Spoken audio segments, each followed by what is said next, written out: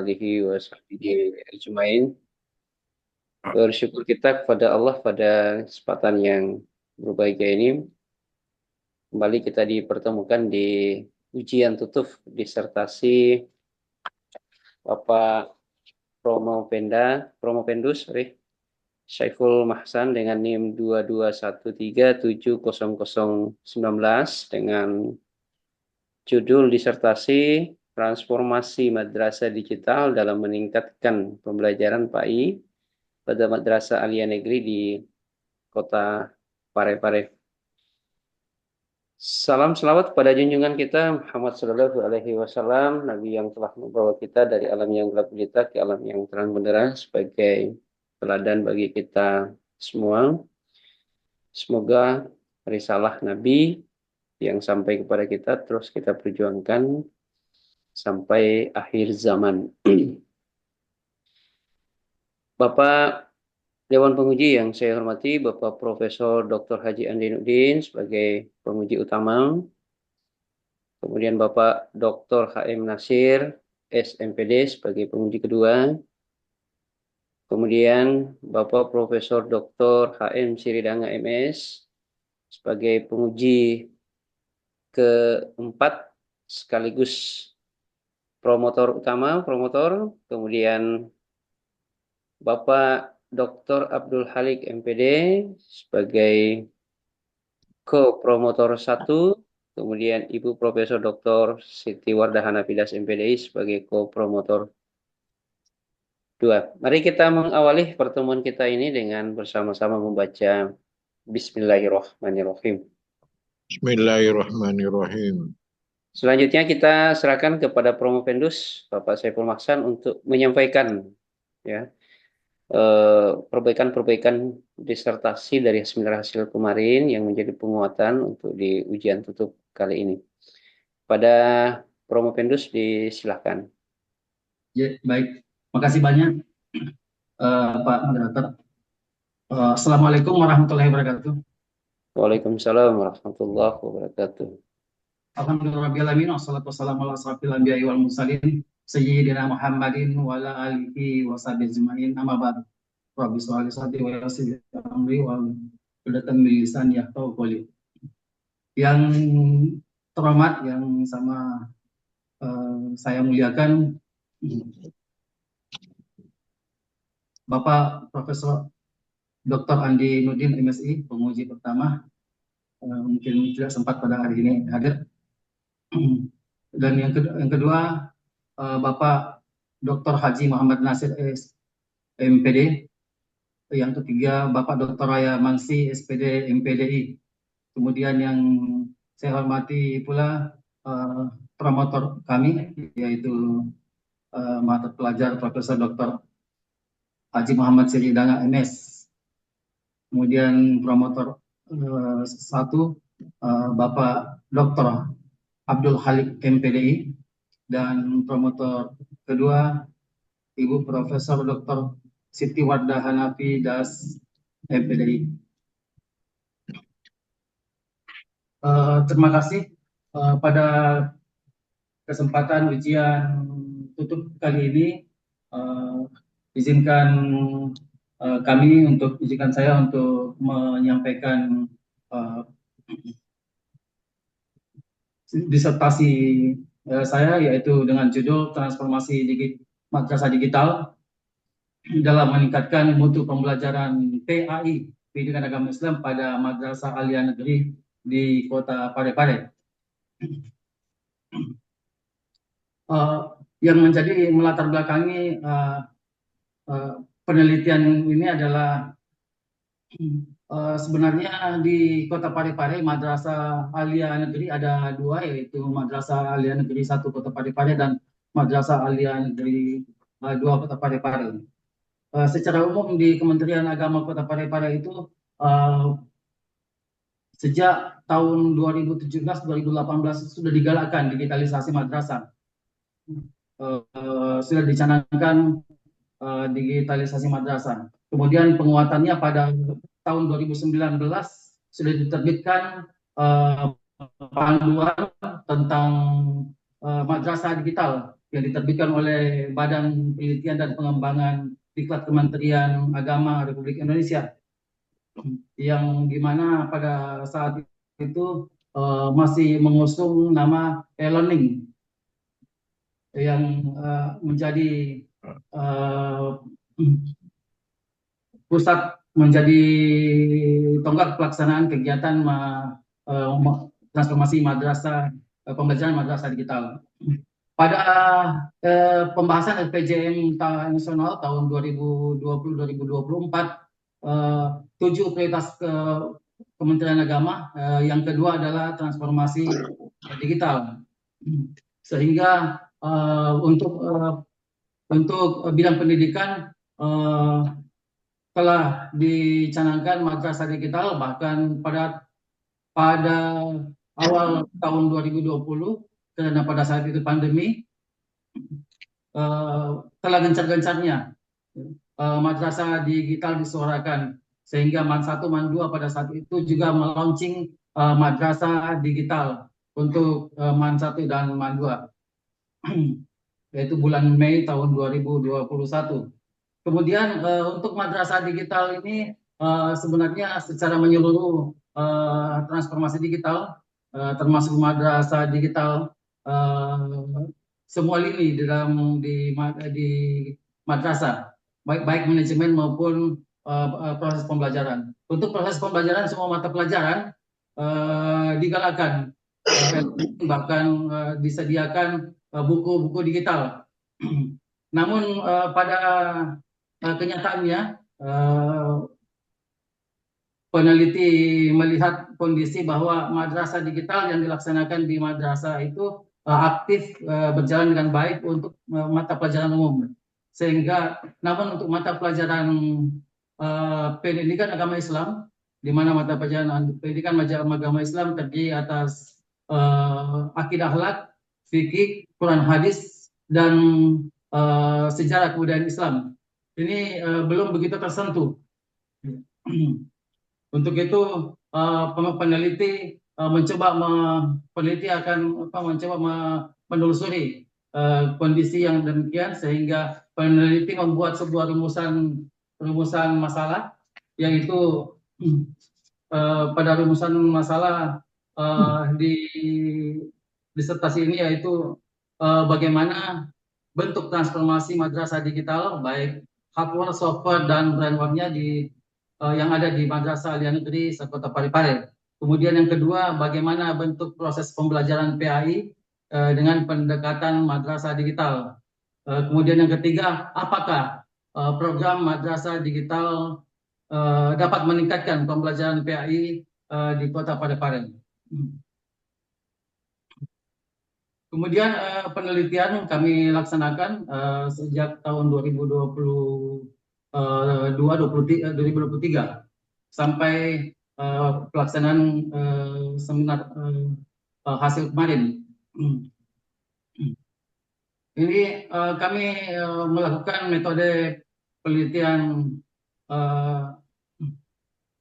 dengan bentuk wawancara, studi literatur, dan pengamatan.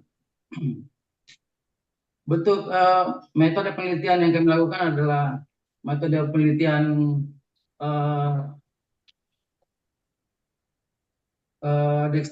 deskriptif, kualitatif. Kemudian dari metode penelitian, dari hasil penelitian itu kami mendapatkan dari wawancara bahwa pelaksanaan pembelajaran di Madrasah Alia Negeri 1 dan Madrasah Negeri 2 telah melaksanakan kegiatan pembelajaran dengan menggunakan alat digital, ya, seperti telah tersedia smart TV smart, ya. Kemudian guru-guru juga, beberapa guru telah menggunakan platform digital.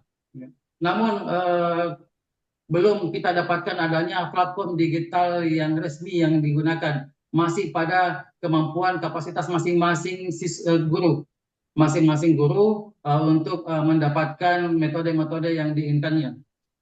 Sehingga kami menyatakan bahwa di Madrasah Aliyah baik Man 1 maupun Man 2 sarana dan prasarana sudah tersedia dengan baik. Ya. Bahkan pemerintah sudah menyediakan buku digital, namun pelaksanaannya belum menyentuh belum maksimal. Ya. Kami menelusuri kenapa belum maksimal, ternyata karena pertama, madrasah digital yang dimaksud mereka sudah memahami madrasah digital hanya dengan menggunakan hardware saja atau menggunakan menyediakan perangkat-perangkat saja. Ya. Kemudian kami mencoba membuat studi, mempelajari studi literatur tentang madrasah digital, tentang digitalisasi. Ya. Yang sebenarnya yang kami dapatkan bahwa madrasah digital itu mestinya paripurna semuanya, baik hardware maupun brainware. Ya, hardware di sini yang dimaksud hardware di sini adalah perangkat-perangkat digital seperti smart TV, LCD, speaker, kemudian semua perangkat-perangkat keras. Ya, ini sebagian besar sudah dimiliki. Namun dia Madrasah Aliyah Negeri itu lemah di software, masih lemah di software, yaitu masih belum ada LMS, yang kemudian platform digital yang digunakan masih itu saja belum dinamis, ya. Kemudian masih sangat monoton sehingga anak-anak kita masih merasa jenuh, ya, karena belum memaksimalkan. Jadi itu mungkin karena salah satu di antaranya adalah kemampuan eh, kemampuan guru atau tenaga pendidik yang masih mau di-upgrade lagi. Kemudian yang ketiga lebih lagi pada brainware, ya, yaitu pemanfaatan pengguna digital ataukah mindset ataukah keinginan atau motivasi untuk melaksanakan digital ini ada atau komitmen untuk melaksanakan digital ini. Nah, ini yang masih kurang sehingga di Distrik Pasir ini kami menjelaskan lebih detail tentang ketiga program tersebut, ketiga divisi tersebut, baik software, hardware, software maupun brainware. Dengan harapan nantinya ke semuanya ini akan memberikan kontribusi pada masyarakat sehingga bisa meningkatkan pembelajaran PAI. Selebihnya kami hasil penelitian kami ada pada wawancara dengan guru dan guru mata pelajaran dan pada siswa untuk menguatkan apa yang dari rumusan masalah yang kami buat. Ya, sehingga kami membuat kesimpulan bahwasanya transformasi digital Madrasah Aliyah Negeri Kota Parepare telah melaksanakan memanfaatkan teknologi digital seperti menggunakan video, menggunakan foto dokumen digital. Madrasah Aliyah telah mengadopsi sistem manajemen informasi, namun belum menyeluruh. Pembelajaran berbasis digital di Madrasah Aliyah diterapkan pada sebagian besar mata pelajaran, ya. Namun belum maksimal pada pembelajaran pagi. Kemudian penggunaan media digital pada pendidikan agama Islam, hasil penelitian kami akan berdampak positif seperti pada peningkatan antusias dan aktivitas para peserta didik, keterampilan guru, dan serta hasil belajar. Demikian itu yang kami paparkan untuk sementara pada Bapak penguji dan pada promotor kami. Terima kasih Pak Moderator. Ya, terima kasih Promo Findus sudah menyampaikan presentasi ujian tutup pada kesempatan yang berbahagia ini. Untuk selanjutnya kita membuatkan waktu ke penguji, langsung ke penguji kedua. Bapak Dr. HM Nasir S. MPD. Pada Pak Dr. HM Nasir, silakan. Terima kasih. Assalamualaikum warahmatullahi wabarakatuh. Waalaikumsalam warahmatullahi wabarakatuh. Alhamdulillah wa syukurillah wa la hawla wa la quwata illa billah. Asyhadu an la ilaha illallah, asyhadu anna Muhammadan abduhu wa rasuluh, la nabiyya ba'da. Yang kami hormati Bapak penguji, promotor, penguji kopromotor 1, penguji kopromotor 2, yang kami hormati penguji pertama, 2, dan 3. Terkhusus kepada Promopendus yang kami hormati. Alhamdulillah pada hari ini Promopendus ujian tutup. Kalau saya tidak salah pada pertemuan yang lalu, pada ujian hasil, ada saran yang saya sampaikan kepada Promopendus tentang ayat yang saya suruh tambahkan yang berhubungan dengan judul Promopendus. Ada 2 ayat, mau dipilih 2 atau mau 1 saja, itu terserah. Yang pertama adalah Al-Quran surah Az-Zumar ayat 9. Di situ tertulis, Qul hal yastawil ladzina ya'lamuna wal ladzina la ya'lamun. Adakah sama orang-orang yang mengetahui dengan orang-orang yang tidak mengetahui? Jadi nanti Anda susun di mana bisa disimpan di situ. Ayat kedua itu surah Al-Mujadalah ayat 11 yang populer itu. Yarfa'il ladzina amanu minkum wal ladzina utul ilma darajat. Orang yang beriman dan orang yang berilmu pengetahuan itu ditinggikan derajatnya oleh Allah. Itu cara yang pertama untuk Promopendus. Saya kira nanti ayat ini yang merupakan landasan normatif dalam disertasi saudara. Itu yang pertama. Kemudian yang kedua, barangkali Promopendus bisa menjelaskan sedikit gambaran skema madrasah digital itu. Ya, kira-kira seperti apa madrasah digital. Oke, silakan.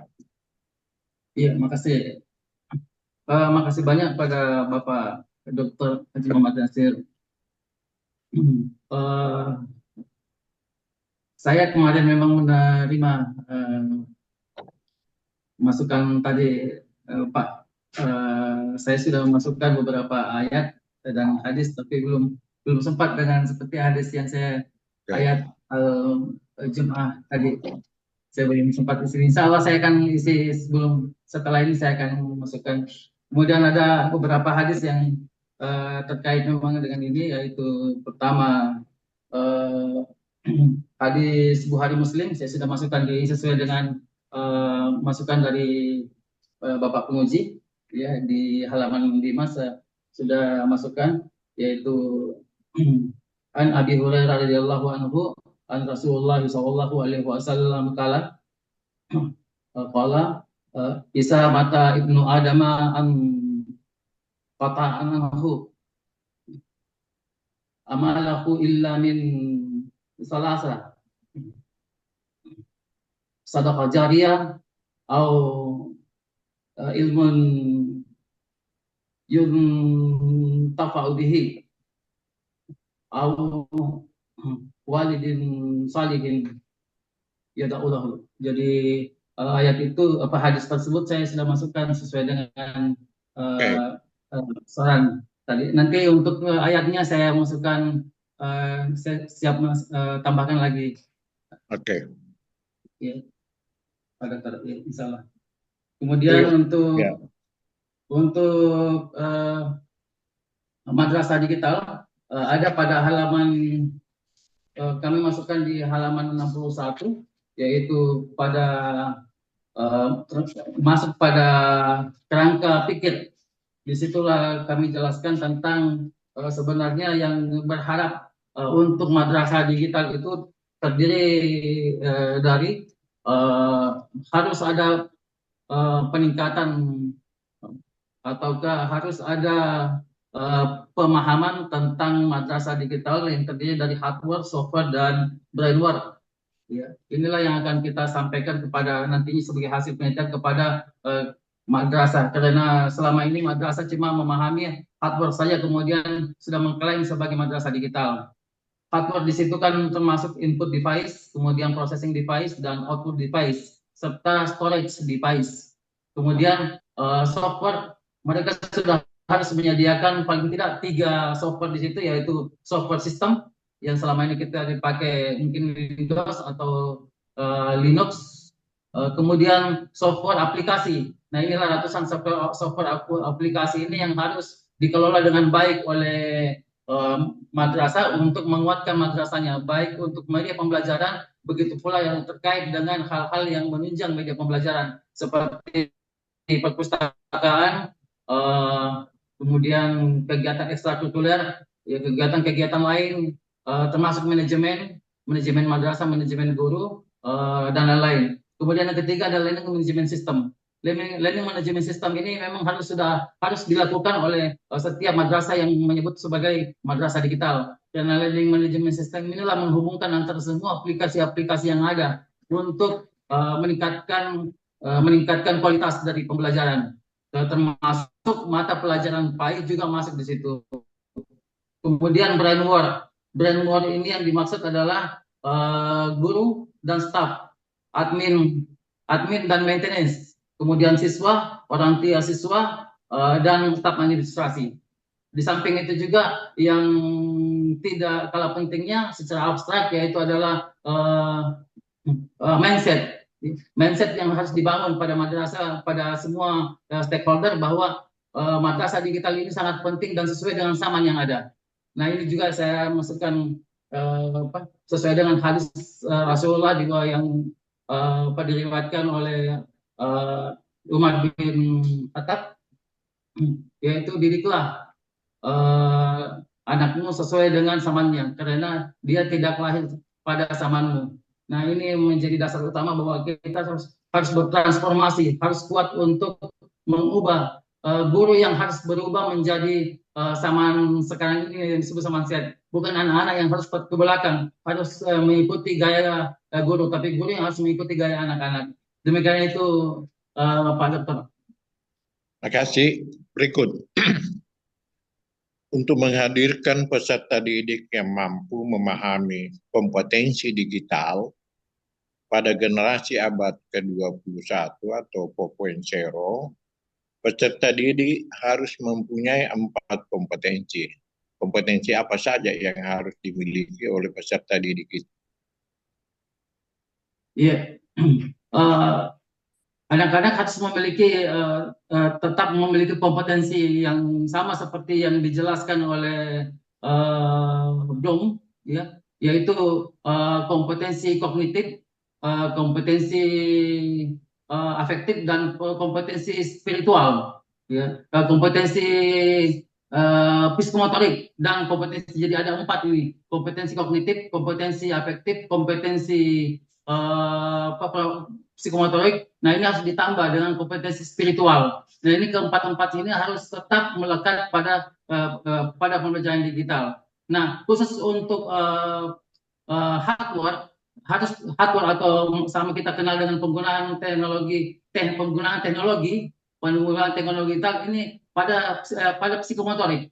Mereka harus kuat pada psikomotorik, namun tetap tidak melepaskan diri pada penggunaan semua alat-alat itu pada kompetensi spiritual, karena banyaknya kesalahan penggunaan pada gadget, pada alat digital, karena menghilangkannya kompetensi spiritual ini. Inilah mudah-mudahan kita madrasah agak terhindar dari itu, karena kita memiliki salah satu potensi yang harus digali oleh anak-anak kita di madrasah aliyah. Itu Pak Dokter. Oke, dan terakhir ini saran. Siap. Itu kerangka pikirnya tolong dikasih di sana kepala atau judulnya itu. Iya. Kosong di situ. Gambarannya itu, jadi tolong disempurnakan, dikasih kalimat ya kerangka pikir dari judul disertasi saudara. Ya, saya kira seperti itu. Makasih, sukses. Prof. Pendus. Assalamualaikum warahmatullahi wabarakatuh. Waalaikumsalam warahmatullahi wabarakatuh. Makasih. Ya, terima kasih Bapak Muji, Bapak Dr. HM Nasir SMPD. Ya, selanjutnya karena ini giliran saya, Promo Pendus di halaman 4 itu ada ayat yang yang lalu juga sempat dibaca oleh Promopendus ya tentang seruan kepada jin dan manusia untuk melintasi cakrawala ya Mas saya. Pertanyaannya sederhana, Promopendus. Kira-kira dalam pandangan Promopendus, ayat ini sifatnya atau pelaksanaannya bagaimana kira-kira? Apakah kemudian kita membayangkan seperti teknologi itu atau sesungguhnya kita sendiri sebagai bagian dari yang mampu menggerakkan itu? Misalnya berpindah dari satu tempat ke tempat yang lain dengan begitu cepat. Ya, silakan. Makasih. Ya. Pak Dokter, jadi memang kalau mengkaji ayat ini, ya, saya sempat mencari definisi dari kajian ayat ini sangat banyak.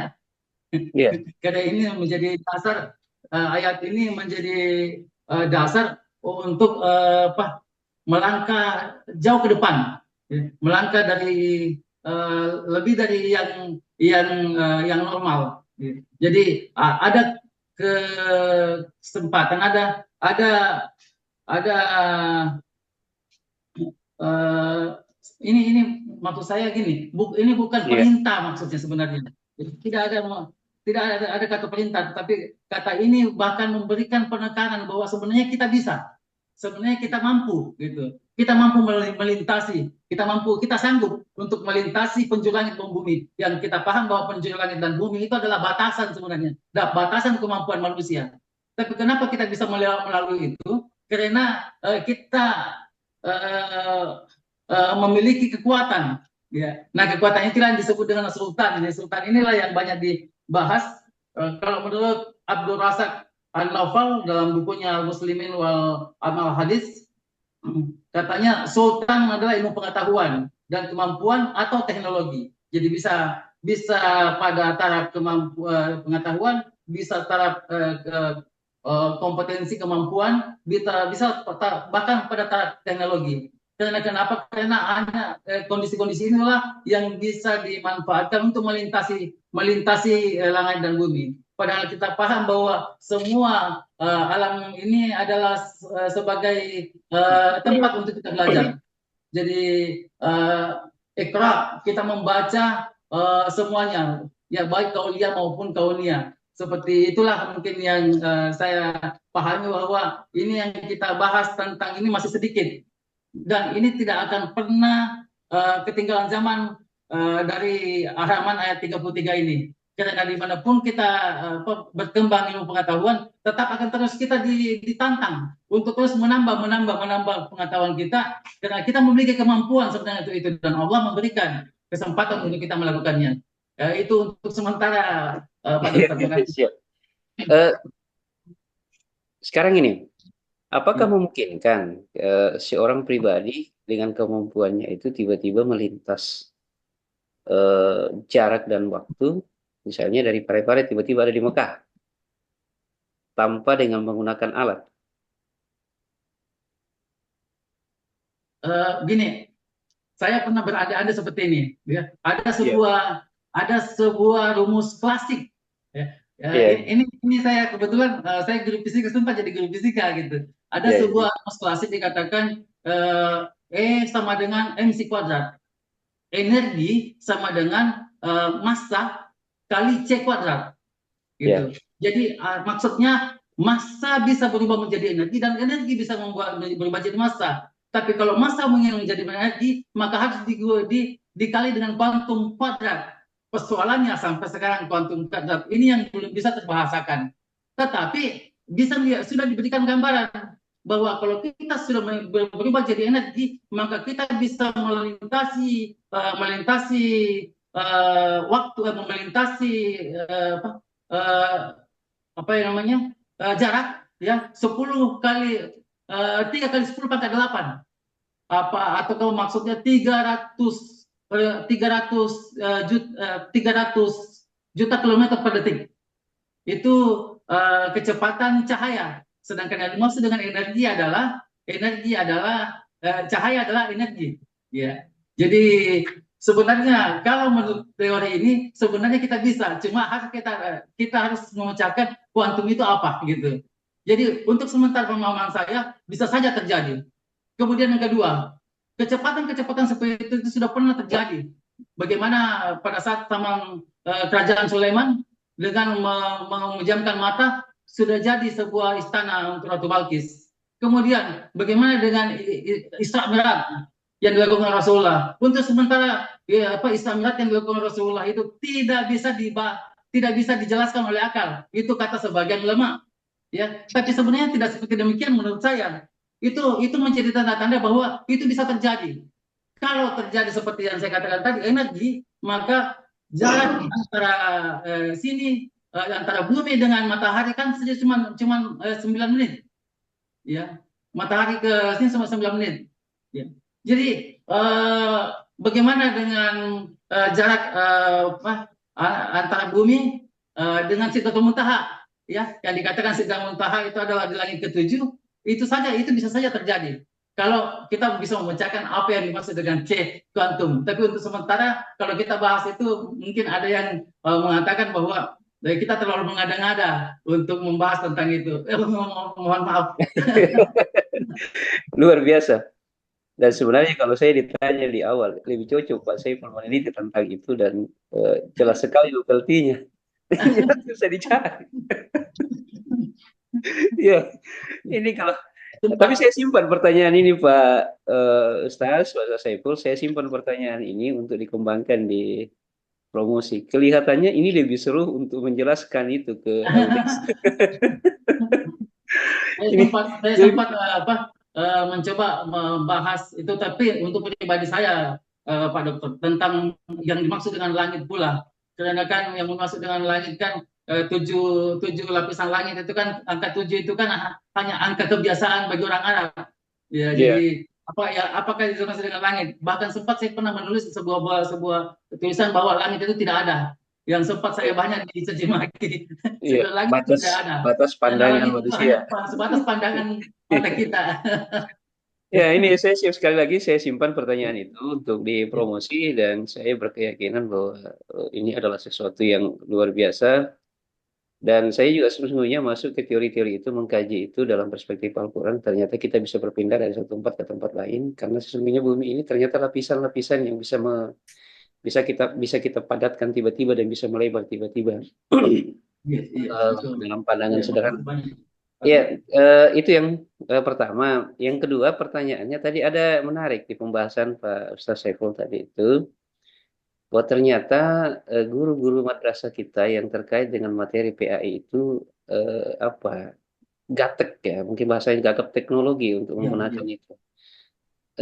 Solusinya apa kira-kira ini?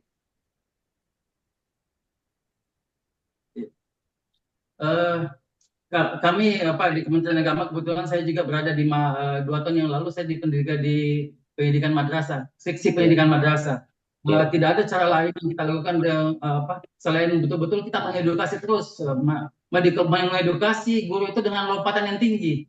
Karena banyak yang sudah tertinggal sama sekali, sehingga kalau kita mengikuti dengan kemampuannya saja, maka makin tertinggal. Kecepatan mereka untuk belajar dengan kecepatan teknologi itu jauh lebih cepat teknologi berjalan dibanding kecepatan guru untuk belajar. Sehingga saya tantang kemarin guru pada 76 tahun Indonesia Merdeka, saya bilang semua guru harus membuat sebuah aplikasi.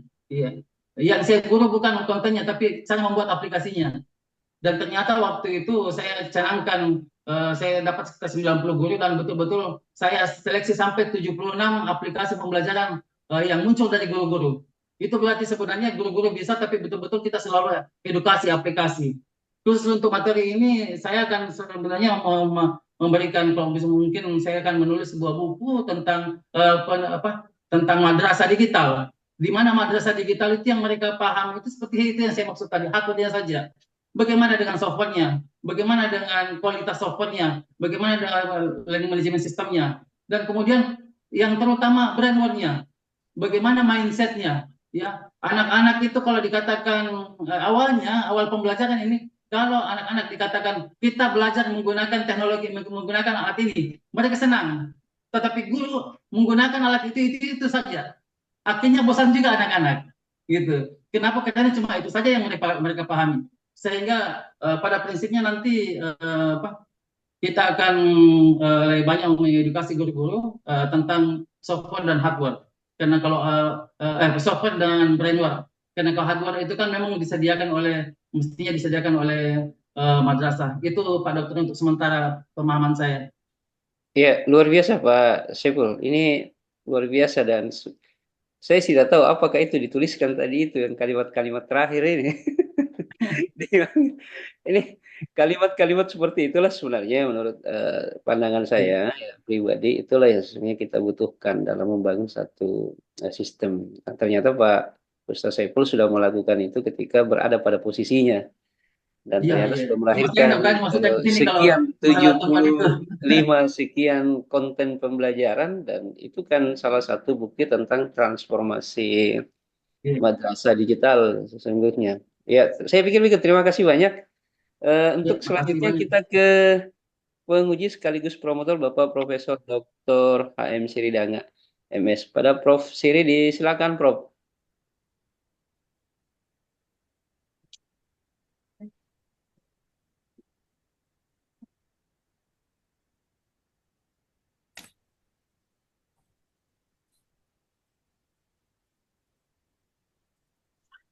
Baik, saya mulai.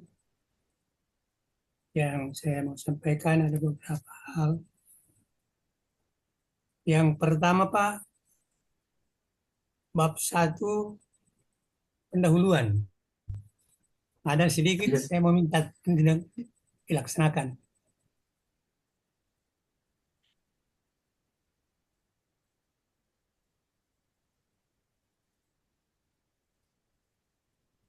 Siap, Prof.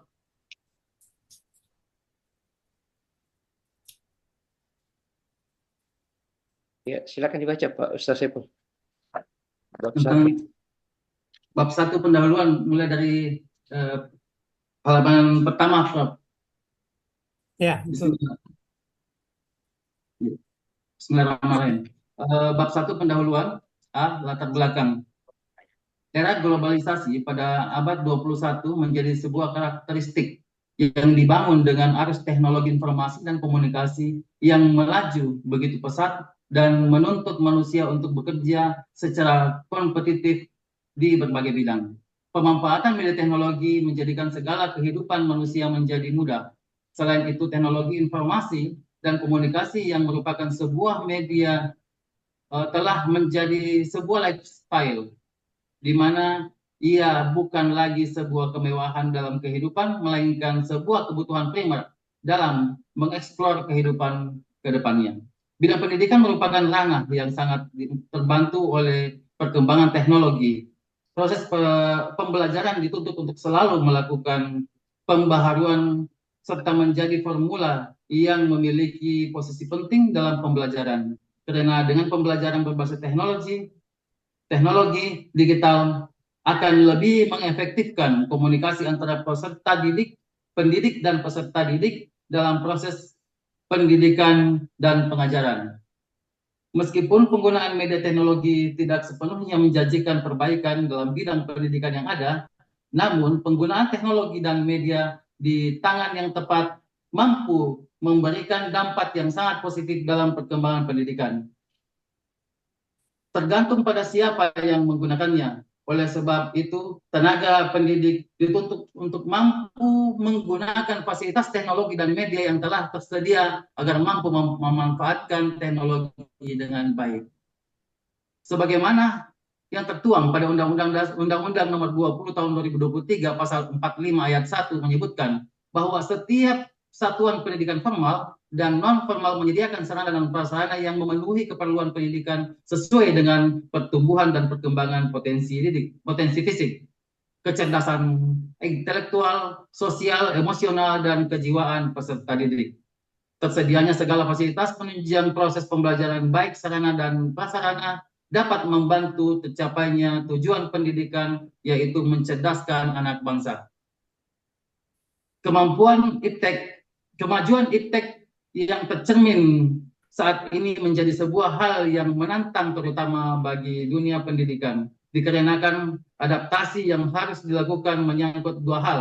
Pertama, institusi pendidikan sebagai cetak biru atau blueprint, lahirnya peserta didik yang mampu mengembangkan potensi dirinya untuk memiliki kekuatan spiritual keagamaan, kecerdasan, serta keterampilan dalam yang diperlukan dirinya, masyarakat, bangsa, dan negara. Di samping itu, institusi pendidikan juga memiliki peran penting dalam membentuk prototipe diri peserta didik yang ideal secara intelektual sosial. Kedua, institusi pendidikan harus menyiapkan peran penting dalam tataran teknik implementatif, teknis pembelajaran di kelas, sarana prasarana penunjang pembelajaran, dan sebagainya, maupun konseptual manajerial, kurikulum yang digunakan dalam institusi pendidikan, tata kelola pemberdayaan guru dan karyawan, dan sebagainya, sehingga mampu mengakomodir kebutuhan pembelajaran di zaman yang bergerak begitu cepat seperti saat ini. Hadirnya era digital Ya, harus cukup barangkali. Iya. Baik, Iya, Prof. selanjutnya bab 2. Bab 2 siap, ya, Prof. Bab 2 untuk A-nya saja, ya. Iya. Telah pustaka dan landasan teori. A. Telah pustaka. 1. Penelitian yang relevan. Tulisan-tulisan dan penelitian-penelitian yang terkait dengan digitalisasi pada pendidikan telah diteliti dan ditulis oleh para peneliti, di antaranya. Pertama, Lutfia Nurul Wahidah, menulis sebuah jurnal dengan judul Pengembangan Bahan Ajar Berbasis Literasi Digital dan Kompetensi Abad 21. Pada materi barisan kelas 11, Lutfia melakukan pengembangan bahan ajar berbasis digital dan produk bahan ajar digital yang dihasilkan telah dinyatakan valid untuk digunakan dalam proses pembelajaran.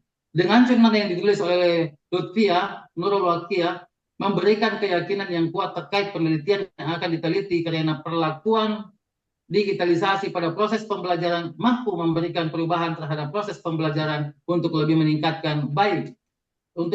baik pada aspek pemahaman maupun aspek penggunaan teknologi itu sendiri. Sehingga rencana penelitian itu akan mengamati tentang madrasah digital yang telah diterapkan pada tingkat madrasah aliyah yang ada pada kota Parepare. Ya, Mas. Jalan itu, Pak. Oh, Halaman 46. 46. halaman 46. Ya, Prof. Ya. Ada itu perlu disampaikan Ya, Prof. Nabi Muhammad Sallallahu ini, silakan Pak. 46 ya, di atas. Iya, halaman 46. Ya. Ya. Mengembangkan potensi peserta didik agar menjadi manusia yang berbaik hati, berpikiran baik dan berperilaku baik, membangun bangsa yang berkarakter Pancasila, mengembangkan potensi warga negara agar memiliki sikap percaya diri, bangga pada bangsa dan negaranya, serta mencintai umat manusia. Sebagaimana yang diteladankan oleh Nabi di dalam Al-Quran, diabadikan bahwa teladan yang baik adalah Nabi Muhammad Shallallahu Alaihi Wasallam pada Quran surah Al-Ahzab ayat 21. Bismillahirrahmanirrahim. Laqad kana lakum fi Rasulillahi uswatun hasanah liman kana yarjullaha wal yaumil akhir wa zakarallahu katsiran. Yang artinya, terjemahannya, sesungguhnya telah ada pada diri Rasulullah itu suri teladan yang baik bagimu, yaitu bagi orang-orang yang mengharap rahmat Allah dan kedatangan hari kiamat, dan dia banyak menyebut Allah. Ya, cukup. Lanjut. Bab 3. Siap, Prof. Ya. Sedikit saja di sini.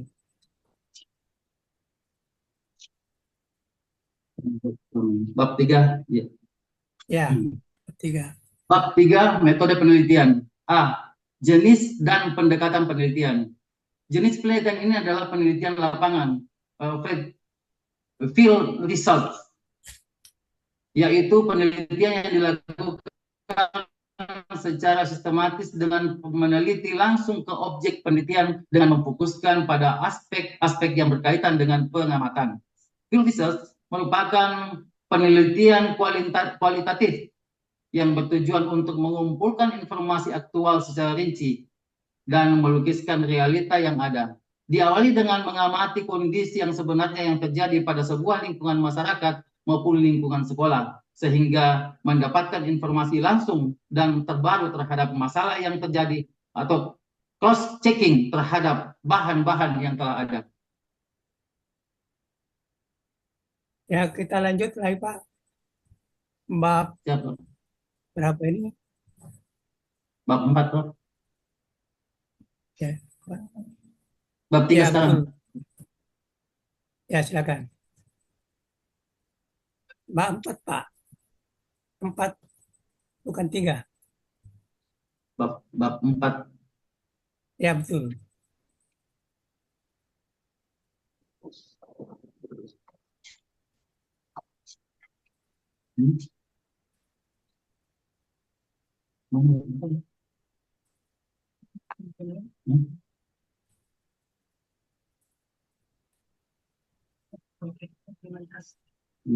Pak Prof. Ya. Bab 4, objek penelitian. Ya, betul. Maaf salah tulis Prof. Objek penelitian ada lupa I-nya. A. Man 1 Kota Parepare, Prof. 1 profil Man 1 Parepare. Madrasah Aliyah Negeri 1 Parepare berdiri sejak tahun 1978 di atas tanah seluas 29.877 meter persegi. Jumlah bangunan sebanyak 12 buah. Luas bangunan 1.358 meter persegi. Status kepemilikan adalah hak pakai dinas dengan nomor sertifikasi 75 tanggal 5 Januari 2075. Lokasi bangunan Madrasah Aliyah Negeri 1 Parepare berada di Jalan Amal Bakti, Kelurahan Watan Soreang, Kecamatan Soreang, Kota Parepare, kode pos 91132, Provinsi Sulawesi Selatan. Undang-Undang Pokok Pendidikan Nomor 4 Tahun 1950, Nomor 12 Tahun 1954, Pasal 10,2, Peraturan Menteri Agama RI Nomor 1 Tahun 1960 tentang pemberian bantuan kepada madrasah, Nomor 7 Tahun 1952, Nomor 2 Tahun 1960. Ya, lanjut. 85. Bab 5. Bab 5. Hasil Ya. penelitian dan pembahasan. A. Hasil penelitian. 1. Bentuk transformasi digital. Saya ulang. 1. Bentuk transformasi madrasah digital di Madrasah Aliyah Negeri se-Kota Parepare. Transformasi digital dapat terjadi di berbagai sektor dan bidang, termasuk pendidikan, bisnis, pemerintahan, kesehatan, transportasi, dan banyak lagi. Tujuan utamanya adalah mengubah cara kerja yang sudah ada menjadi lebih baik, lebih efisien, inovatif, dan responsif terhadap kebutuhan dan harapan pengguna. Transformasi digital juga dapat mencakup perubahan dalam kultur dan sikap organisasi, di mana adopsi teknologi digital menjadi bagian integral dari strategi dan operasi. Ini melibatkan pelatihan dan pengembangan sumber daya manusia, pengembangan kebijakan dan prosedur yang relevan, serta mengembangkan infrastruktur teknologi yang memadai. Keuntungan dari transformasi digital termasuk meningkatkan produktivitas, peningkatan efisiensi operasional, pengambilan keputusan yang lebih baik berdasarkan data, pemberian layanan yang baik kepada pengguna, meningkatkan inovasi dan adaptasi terhadap perubahan yang cepat.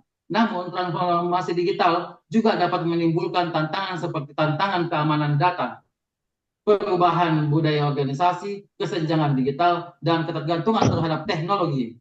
Oleh karena itu, perencanaan yang baik, pengelolaan perubahan yang efektif, dan pemahaman yang mendalam tentang kebutuhan pengguna adalah kunci sukses dalam mengimplementasikan transformasi digital. Ya cukup. Terakhir, Mbak, terakhir. Siap, Prof. Ya silakan. Penutup.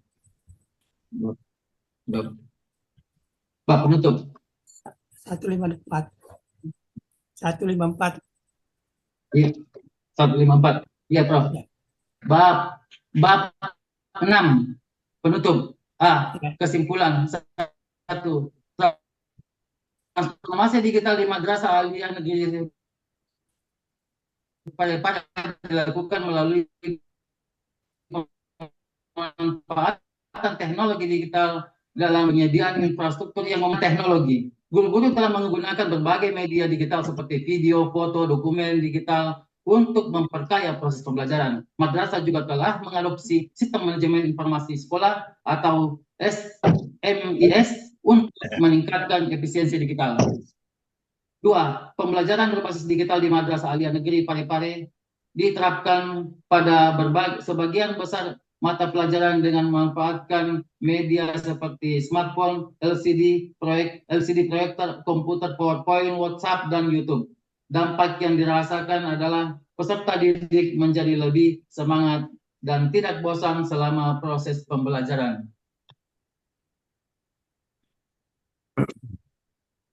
Saya lanjut, Prof. Ya, itu nomor 3-nya, terakhir. 3. Penggunaan media digital dalam pembelajaran pendidikan agama Islam atau PAI berdampak positif terhadap meningkatnya antusiasme dan aktivitas peserta didik, keterampilan guru, serta hasil belajar. Namun, masih terdapat tantangan seperti akses internet di luar materi pembelajaran. Untuk itu, diperlukan upaya memaksimalkan potensi sumber daya manusia, framework dalam inovasi digital di dunia pendidikan. Ya, cukup. Iya. Terima kasih, Pak. Ya. Terima kasih banyak, Prof. Ini. Ya, terima kasih banyak, Prof. Selanjutnya kita ke penguji berikut, Bapak Dr. Abdul Halik MPDI. Pak Dr. Halik, disilakan, Pak Dr. Baiklah, bismillahirrahmanirrahim. Assalamualaikum warahmatullahi wabarakatuh. Waalaikumsalam warahmatullahi wabarakatuh. Waalaikumsalam warahmatullahi wabarakatuh. Yang terhormat para Dewan Penguji,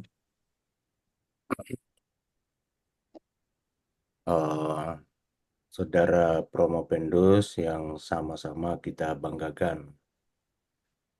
Sebagai kopromotor, berharap agar semua masukan dan pertimbangan tadi dari para Dewan Penguji agar dicatat dengan baik dan tentu akan menjadi pertimbangan selanjutnya untuk perbaikan sebelum menuju ke sidang terbuka. Pertama-tama ada yang ketua di situ. Halo Pak Haji Nasir, Pak Dr. Haji Nasir, Ya. bisa di-unmute dulu. Yang pertama adalah tentang mindset madrasah digital. Kira-kira seperti apa mindsetnya itu yang diteliti tentang madrasah digital. Silakan Pak. Ya. Terima kasih Pak Dokter. Baiklah, untuk hasil penelitian yang kami lakukan, setelah kami wawancara dengan guru dan peserta didik, kami membuat disertasi dengan menyampaikan hasil-hasil yang ada.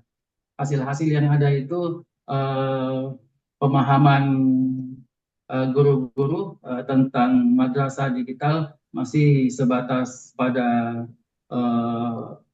hardware-nya saja dan lebih pemanfaatannya pada teknologi, ya belum lebih dalam pada digital. Maksudnya memanfaatkan eh, smart TV, ya, kemudian menggunakan smart TV untuk mencoret-coret, menggunakan smart TV untuk menggambar, itu sama kami menyatakan bahwa itu hanya teknologi, bukan digital, hanya menggantikan papan tulis whiteboard atau menggantikan papan tulis hitam menjadi papan tulis digital, ya.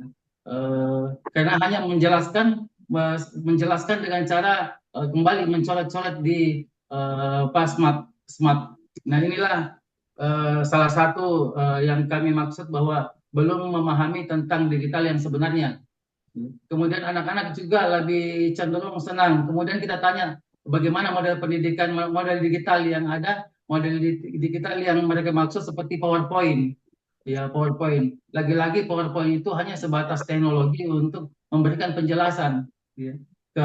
Padahal kalau kita membuka yang dimaksud dengan digitalisasi itu lebih pada interaktif antara guru menggunakan teknologi. Ya, jadi siswa menggunakan jat-jatnya, guru menggunakan jat-jatnya kan berkomunikasi. Ya, kemudian pembelajaran akan berjalan dengan menggunakan alat-alat digital ini, ya, untuk lebih memberikan pembelajaran. Ya.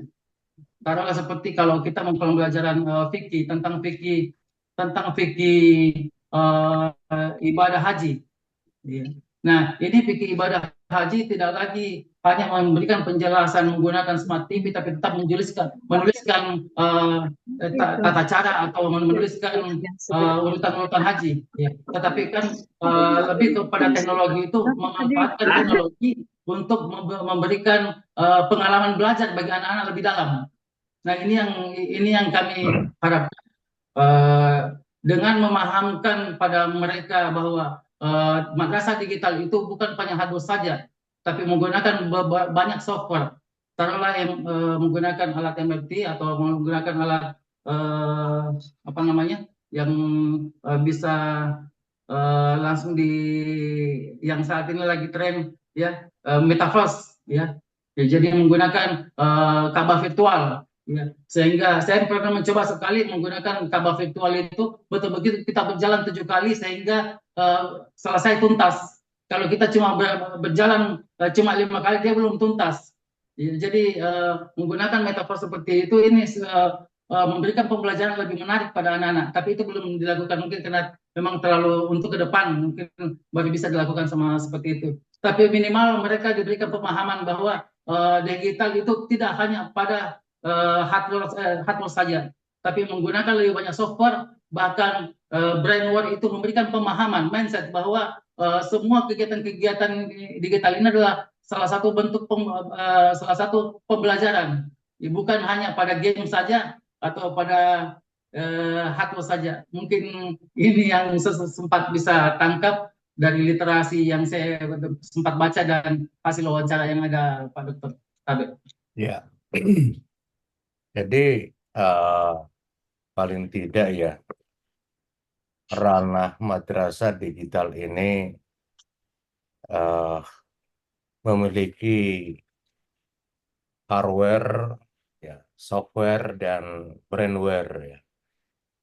Jadi dari 3 komponen itu terintegrasi di dalam proses transformasi.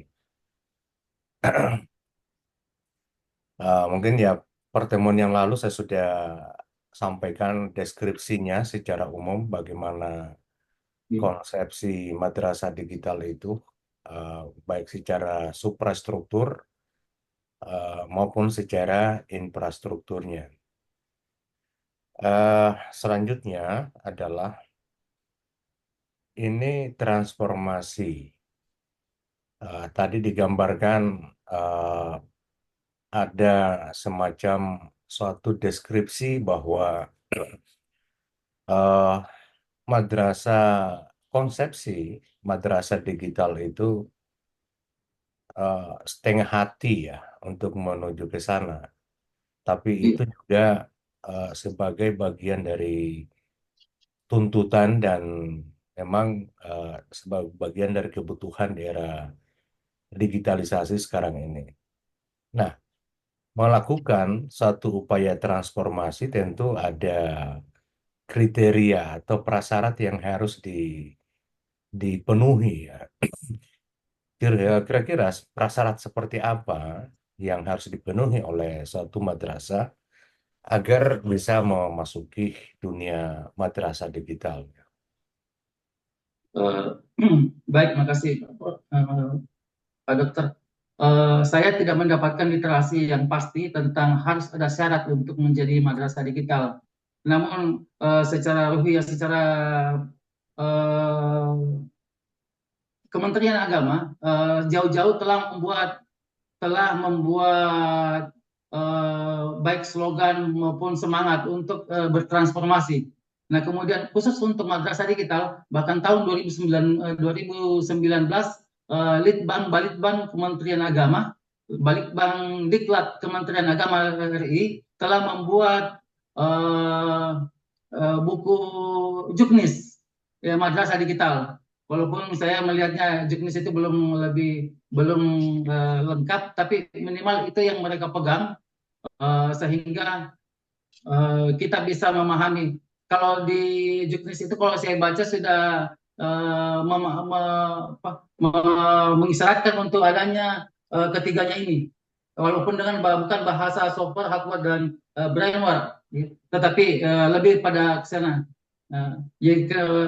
Saya mohon maaf ini Pak Dokter, saya cuma mengambil istilah inilah yang mungkin menjadi pegangan penelitian saya atau kepembaruan bagi saya, karena saya belum pernah mendapatkan istilah software, hardware dan brainware pada digital, Tapi ini bisa didapatkan pada komputer.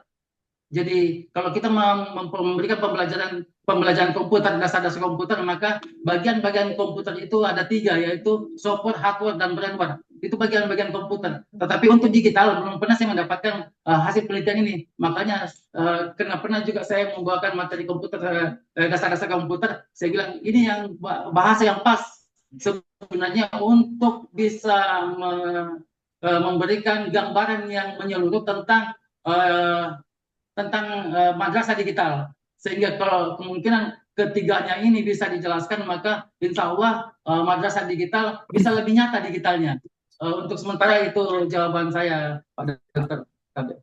Oke, ya kita pahami bahwa di dunia digital itu adalah pengembangan dari dunia TIK ya, teknologi informasi dan komunikasi. Dan tentu di dalam dunia digital itu kan ada berseliweran berbagai macam platform ya. Jadi platform-platform ini juga bagian dari software gitu ya. Dan juga untuk memanfaatkan software itu ya tentu perlu di backup oleh hardware ya, perangkat-perangkat yang ada. Ya, termasuk ya laptop lah seperti itu ya. Ya di samping ya kalau brandware-nya kan pengembang dari platform yang ada. Jadi memang ya istilah ini adalah istilah TIK sebelum dunia digital itu merambah di dalam konteks dunia industri maupun di dunia pendidikan. Nah, eh, kalau kita ingin berterus terang ya, jadi memang sebuah impian ya, istilah madrasah digital itu adalah sebuah impian dan memang membutuhkan berbagai instrumen untuk mengarah ke sana. Jadi termasuk ada dimensi sosialnya itu adalah ada istilah budaya digital ya. Kalau ini tidak terbangun di madrasah, maka tentu tantangan untuk menuju madrasah digital itu akan menjadi sebuah ilusi. Jadi harus juga dibangun konteksnya budaya digital. Nah, budaya digital ini kan lahir dari literasi informasi, literasi digital, literasi media. Nah, tadi itu ya namanya transformasi madrasah digital itu tentu dalam konteks kebijakan, ya, kemudian intinya juga adalah political will ya dari kepala madrasahnya itu ya. Jadi kemauan yang keras ya dari kepala madrasah. Jadi contohnya kalau di sekolah umum ya, di SMP negeri di Parepare itu tidak seragam tentang pengembangan digitalnya. Jadi kemarin ada anak-anak S1 ya coba meneliti di mana-mana ada SMP 1, SMP 2 sampai SMP 12 itu ya ternyata tidak seragam bagaimana pemanfaatan digital itu. Itu artinya bahwa dunia digital itu uh, bisa diterapkan ya sangat dipengaruhi oleh political will kepala sekolahnya ya. Jadi itu juga dulu terkait dengan apa namanya penelitian kami tentang kepemimpinan virtual. Ya, salah seorang kepala sekolah pada waktu itu sangat antusias ya, sangat antusias. Sedangkan yang lain itu biasa-biasa saja. Dampaknya hari ini yang antusias kemarin itu justru banyak memanfaatkan digital sekarang ini. Ya, termasuk penelitian di Masuk S1 itu yang saya uji kemarin, yang saya bimbing juga, itu di SMP Negeri 1 ya. Itu beberapa platform digital yang dia sudah terapkan di sana. Bahkan ada penggunaan istilah SIM ya, yang terkoneksi di berbagai komponen big datanya di situ. Nah, lebih dari itu, eh, ini kita mengapresiasi tentang transformasi digital, tapi itu ada implikasinya ya dalam konteks pendidikan Islam. Implikasinya itu adalah value. Jadi eh, tentu setiap terjadi pergeseran dalam dalam konteks dunia teknologi digital, maka pasti akan berimplikasi kepada value. Jadi hal yang belum tuntas sekarang di di apa namanya dikaji itu ya. Bagaimana membentuk karakter atau akhlakul karimah dengan pembelajaran berbasis digital itu. Nah, problemnya pembelajaran offline saja secara manual pembentukan karakter itu masih berat itu. Apalagi kalau secara digital itu. Ya, jadi ini eh, kira-kira Promopendus itu punya konsepsi ya. Jadi bagaimana tindakan yang bersifat preventif dan kuratifnya ketika terjadi eh, penggunaan teknologi digital di madrasah itu tidak mengalami reduksi dan degradasi moral bagi anak itu sendiri. Jadi itu yang salah satu contohnya itu adalah terkait dengan desakralisasi ya. Coba bayangkan ya, ketika pembelajaran itu sudah terdigital semua, ada tadi disebutkan fikih, ada akidah akhlak, Quran, hadis, belajar mengaji misalnya. Kemarin juga ada saya uji tentang pemanfaatan platform eh, Al-Quran, Al-Quran digital terhadap kemampuan membaca makharijul huruf dan tajwid bagi peserta didik. Katanya ya biar nggak ada gurunya gitu ya. Biar tidak ada guru, dia anak-anak juga bisa belajar gitu ya. Nah, di sini akan mempengaruhi bagaimana uh, penghormatan dan penghargaan kepada guru gitu ya. Jadi ada pergeseran itu. Sumber belajar itu yang tadinya salah satunya adalah guru sekarang sudah berpindah ke teknologi digital. Nah, wajar kalau anak didik itu tidak terlalu hormat lagi menghargai kepada gurunya. Karena biar tidak ada guru, ada juga digital bisa belajar. Nah, cuma kemarin itu ada yang dimiliki digital, apa ya? Dimiliki oleh guru, tapi tidak dimiliki oleh digital. Apa itu ya? Termasuk eh, itu kalau di buku Ikra itu ada gambar-gambar itu ya, mulai mulai dari mulut sampai kerongkongan itu dalam konteks penyebutan huruf. Ternyata di digital itu tidak ada ya. Misalnya minimal ada videonya. Kalau mau membedakan huruf H dengan H itu tidak ada gitu ya. Hanya bentuk suara saja gitu. Kalau di buku Ikra biasa kan ada gambarnya itu ya. Oh di sini tempatnya kalau huruf kho. Gitu ya. Yang kedua adalah menginspirasi. Kalau ngantuk anak-anak digital itu tidak bisa bikin ini ya. Kecuali pindah ke main game atau apa nonton-nonton baru bisa hilang ngantuknya. tapi digital nggak bisa menginspirasi. Kalau guru itu masih bisa. Nah ini saya kira perlu dipertajam menurut saya, bagaimana tetap guru itu adalah satu sosok yang kita hormati, kita hargai sebagai public figure, sebagai orang yang berkontribusi besar di dalam pengembangan kompetensi peserta didik. Sekaligus ya mampu memanfaatkan teknologi itu ya. Jadi teknologi jalan, tetap juga nilai-nilai penghormatan kepada guru itu tidak terdegradasi. Ya. Kira-kira menurut Promo Pendo seperti apa? Ya, Pak Dokter, sangat menarik sekali sebenarnya dan sangat menggelitik sekali. Sebenarnya kita membahas tentang uh, akhlakul karimah, ya. Ya.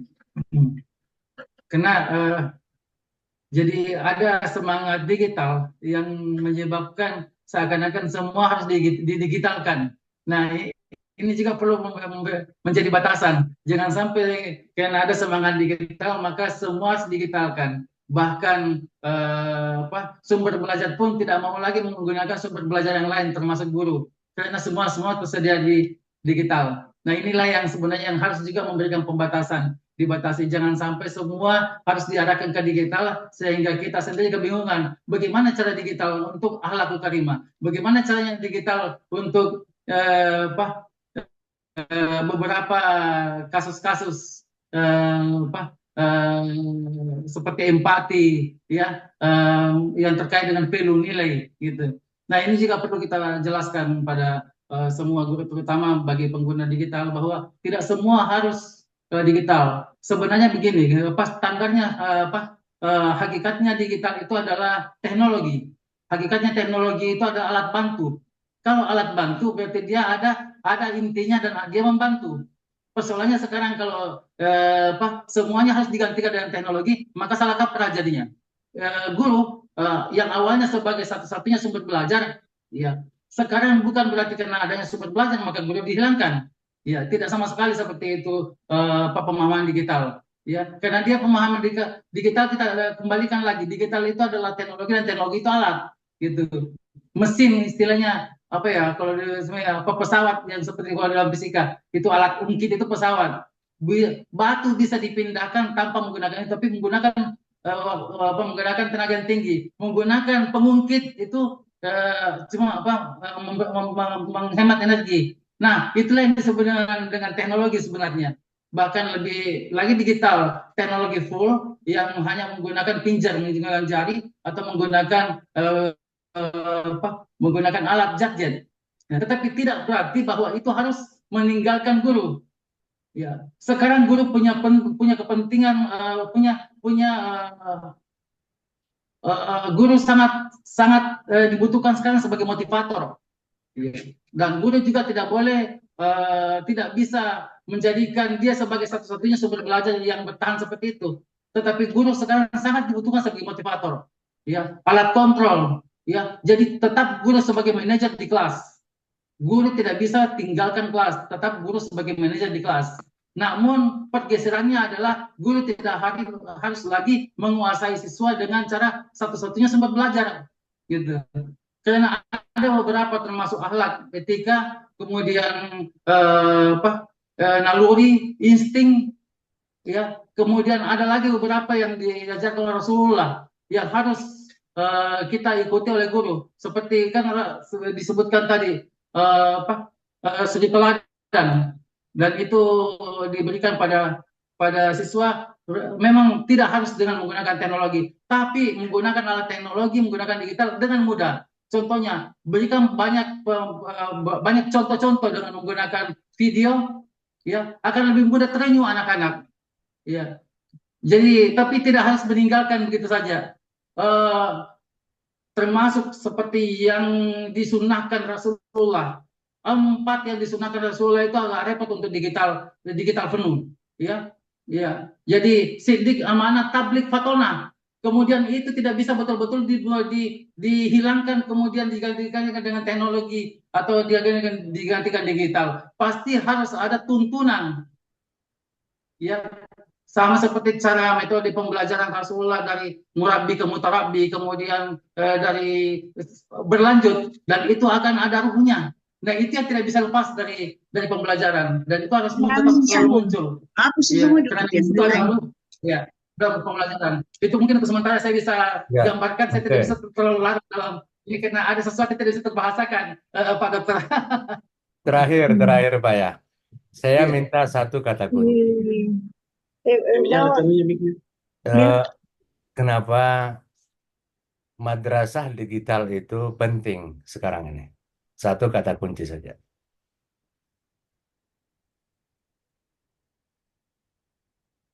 Iya. Madrasah digital penting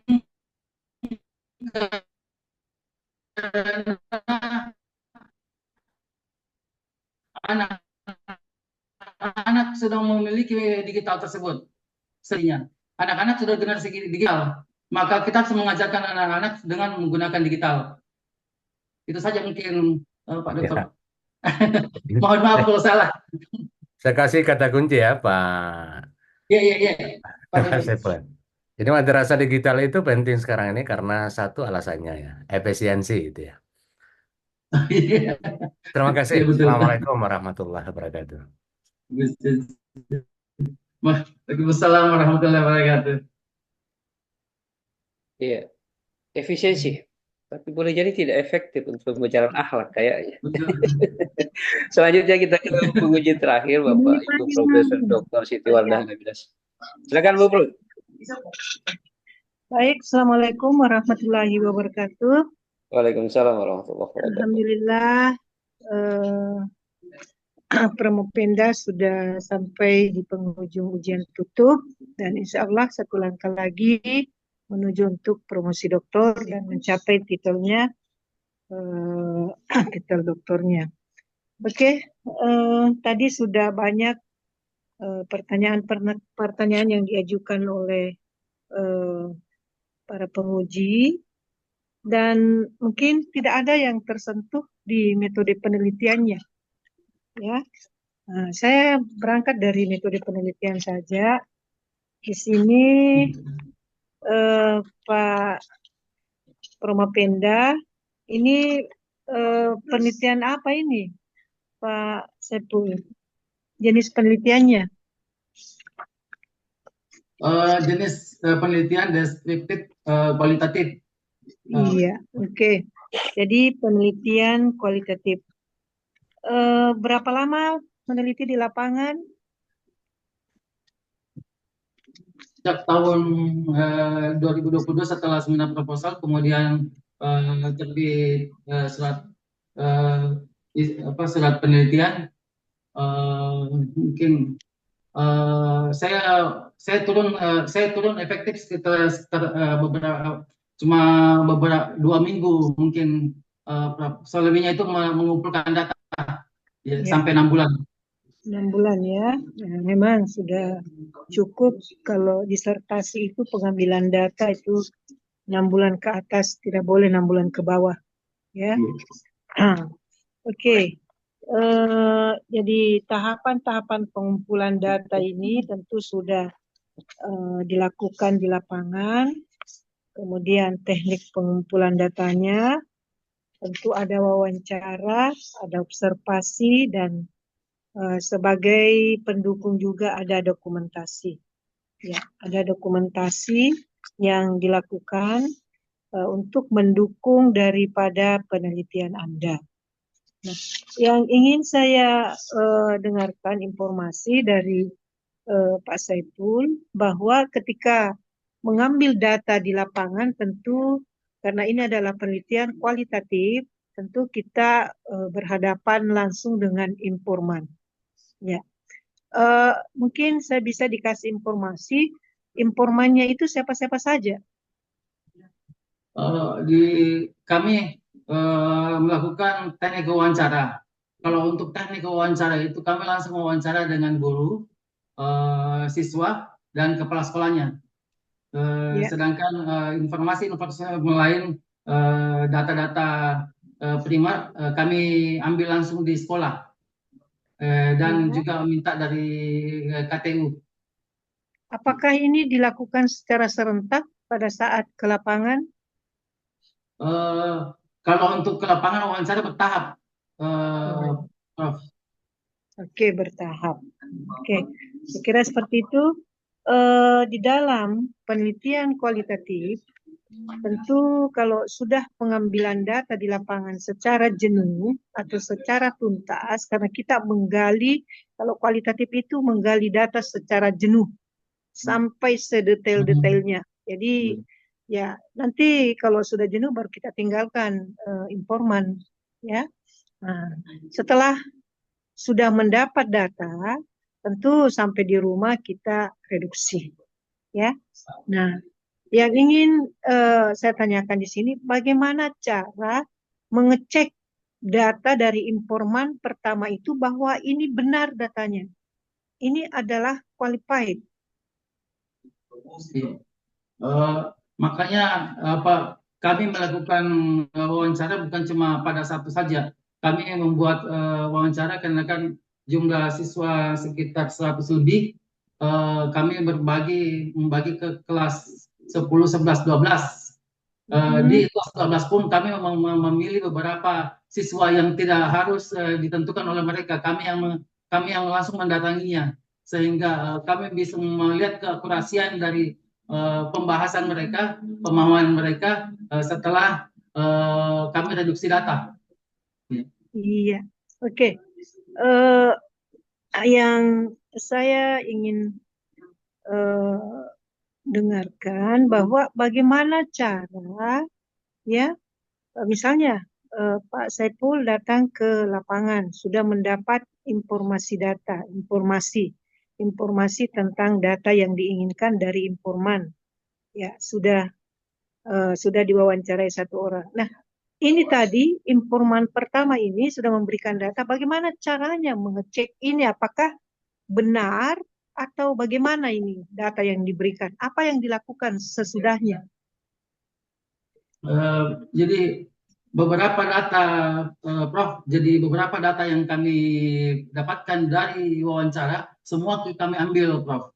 Jadi kami ambil semua datanya, kemudian kami evaluasi, ya, karena tidak semua memang juga penyampaian dari anak-anak itu, apalagi keterbatasan anak-anak dalam menggunakan bahasa, kita mengambilnya.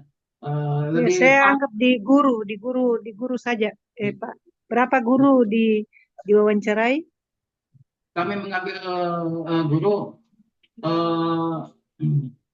kami mengambil wawancara sampel untuk masing-masing atau masing-masing mata pelajaran, fikih, Quran, hadis, SKI, Ya, dan akidah gurumu akhlak. ya. Oke. Nah, ada guru berapa orang tadi guru Pak Saiful? Fikih, Quran, Guru berapa orang guru? Bukan materinya, gurunya. Saya sempat menanyakan pada untuk man 1 kemarin, Prof, saya sempat menanyakan ke 6 guru. Ya, oke, 6 guru ya dia diwawancarai. Nah, yang saya pertanyakan, setelah mendapat informasi dari informan pertama, setelah mendapat data dari informan pertama, apa yang dilakukan setelah itu? Apa yang dilakukan setelah itu? Setelah mendapat informasi pertama untuk mengecek data dari informan pertama bahwa ini benar atau tidak. Jadi apa yang kita lakukan? Iya, tapi mohon maaf, Prof. Jadi saya juga tidak berani menjustis bahwa apa yang mereka berikan itu adalah benar dan salah. Karena kami hanya mengambil semua data yang ada sesuai dengan apa yang mereka ungkapkan. Kemudian kami analisis, kemudian kami kelompokkan, kemudian lanjutnya kami mengorganisasi sampai pada verifikasi data. Jadi semua itu kami lakukan, dan setelah selesai kami dapatkan, baru kami tuangkan dalam bentuk Narasi. narasi deskripsi. Oke.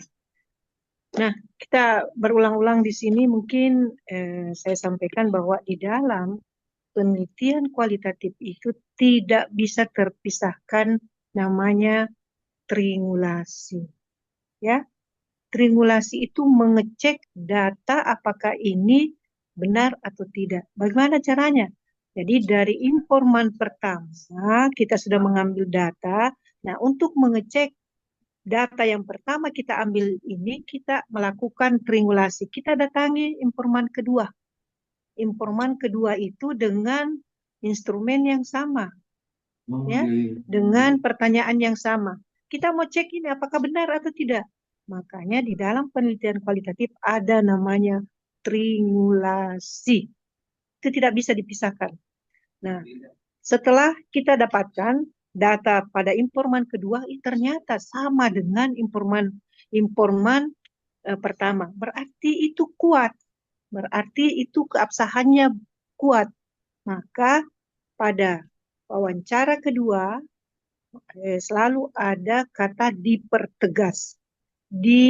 Dipertegas oleh informan kedua. Dipertajam oleh informan kedua. Itu namanya triangulasi di dalam penelitian kualitatif. Dan itu harus kita lakukan. Tidak bisa berdiri sendiri. Itu data atau hasil informasi dari informan. Jadi selalu ada di bawahnya, sampai ketiga itu lebih bagus. Ada di informan ketiga, kita datangi lagi, oh ternyata sama apa yang disampaikan oleh tadi informan pertama, informan kedua, dan informan ketiga. Itu baru keabsahan data itu baru bagus. Nah, itu namanya triangulasi. Nah, itu harus kita tahu bahwa kalau penelitian kualitatif itu harus ada triangulasi istilahnya. Karena apalagi ini seperti saya punya disertasi, saya hafal itu. Kenapa? Karena dari ilmu itu yang saya dapatkan dari sana tentang kualitatif, bahwa tidak bisa terpisah itu namanya triangulan. Ya, oke. Kemudian yang terakhir saya ingin tanyakan, tidak pernah tadi saya dengar ada kata-kata kebaruan dalam disertasi ini. Apa sesungguhnya kebaruan atau novelty dari disertasi ini? Dan itu nanti saya akan tanya di promosi doktor. Oh iya. Ya, kira-kira apa? Iya, ini yang mencoba saya ingin ungkapkan juga, karena yang dipahami tentang madrasah digital itu hanya sebatas pada hardware-nya. Sehingga kami mencoba memberikan suatu pemahaman kepada semua masyarakat, semua warga madrasah, bahwa untuk sesuai dengan literatur yang kami baca, kemudian kami menyimpulkan sebuah bentuk bahwa digitalisasi digital madrasah digital itu terdiri atas tiga, yaitu software, hardware, dan brainware. Gitu. Nah, ini saya menganggap ini sebuah kebaruan yang untuk saya ungkapkan, karena belum pernah ada tulisan yang memberikan penjelasan tentang madrasah digital membagi atas tiga. Saya pernah mendapatkan itu pada dasar-dasar komputer. Pada buku dasar-dasar komputer itu, komputer terbagi atas tiga, yaitu software, hardware, software, dan disebutkan software, hardware, dan brainware. Sehingga saya mencoba membuat sebuah rumusan, sehingga saya ingin saya sampaikan untuk mendapatkan kualitas madrasah digital yang baik, ya, sesuai dengan hakikatnya, maka harus kita membagi madrasah digital menjadi tiga, yaitu software, hardware, software, dan brainware, dan ketiga-tiganya harus dijalankan lebih maksimal. Sehingga inilah yang akan saya ungkapkan sebagai suatu pembaruan. Ya, itu kebaruan ya, atau novelty dari disertasi tersebut. Nah, bagaimana nanti mensosialisasikan hasil penelitian itu supaya nanti merata, apakah di Kota Parepare atau di beberapa kabupaten? Bagaimana cara mensosialisasikan nanti ini, Pak? Hasil disertasinya yang tadi kebaruan itu. Iya, mohon izin Prof, mudah-mudahan saya diberikan kesempatan, diberikan disupport untuk saya rencana membuat buku tentang itu, Prof. karena saya belum mendapatkan buku tersebut. Saya rencana membuat buku tentang Madrasah Diga versi yang saya maksudkan, yang saya pahami itu. Karena belum, saya belum pernah mendapatkan literasi tentang itu. Begitu saya rencana saya, Prof. Iya, oke. Semoga terlaksana ya Ya, implementasinya. Prof. Dan itu adalah nanti menjadi dokter apa ya? Dokter ini, Madrasah dokter digital. digital dalam peningkatan pembelajaran PAI di madrasah. Nah, insya Allah. Jadi kalau kita mau belajar tentang digital itu cari saja dokternya, ahlinya ada di Coba sini. Pak Dokter. Oke, ya. Saya kira demikian. Selamat, saya ucapkan selamat kepada Pak Saiful Masan. Insya Allah tanggal berapa itu? Tanggal 10 ya akan maju ke promosi doktor. Ya. Siap, Oke, siap, kita Prof. tunggu nantinya. Oke, semoga sehat selalu. Aja na dulu tolotul mamotor. Ternyata suka hobi main motor, dia pergi kemana-mana. Amin. Oke, saya kembalikan ke moderator. Assalamualaikum warahmatullahi wabarakatuh. Waalaikumsalam warahmatullahi wabarakatuh. Ini Mas sudah lama ya grup motor baik gitu ya. Ya. Ya, oke, terima kasih. Alhamdulillah ternyata kita sampai di ujung. Untuk Prof. Arinuri nanti Pak Syaiful tadi saya sudah bicara, nanti nyusul aja di mana waktunya beliau dan di mana tempatnya, silakan berkomunikasi dengan beliau. Saya pikir begitu, dan masukan-masukan tadi mungkin sebagian itu adalah penguatan-penguatan untuk kita bawa di ujian promosi ya, promosi dokter insya Allah. Saya pikir demikian, Bapak Ibu Dewan Penguji yang dimuliakan oleh Allah. Mari kita tutup pertemuan kita ini bersama-sama baca Alhamdulillahirabbil alamin. Dan pada Romo Pendus kita ucapkan selamat sekali lagi, insyaallah. Mudah-mudahan semuanya bisa berjalan dengan sebaik-baiknya sampai tadi tanggal 10 sudah alhamdulillah, insyaallah ya. Tanggal 10 mudah semuanya bisa berjalan. Ya. Oke, terima kasih banyak dan assalamualaikum warahmatullahi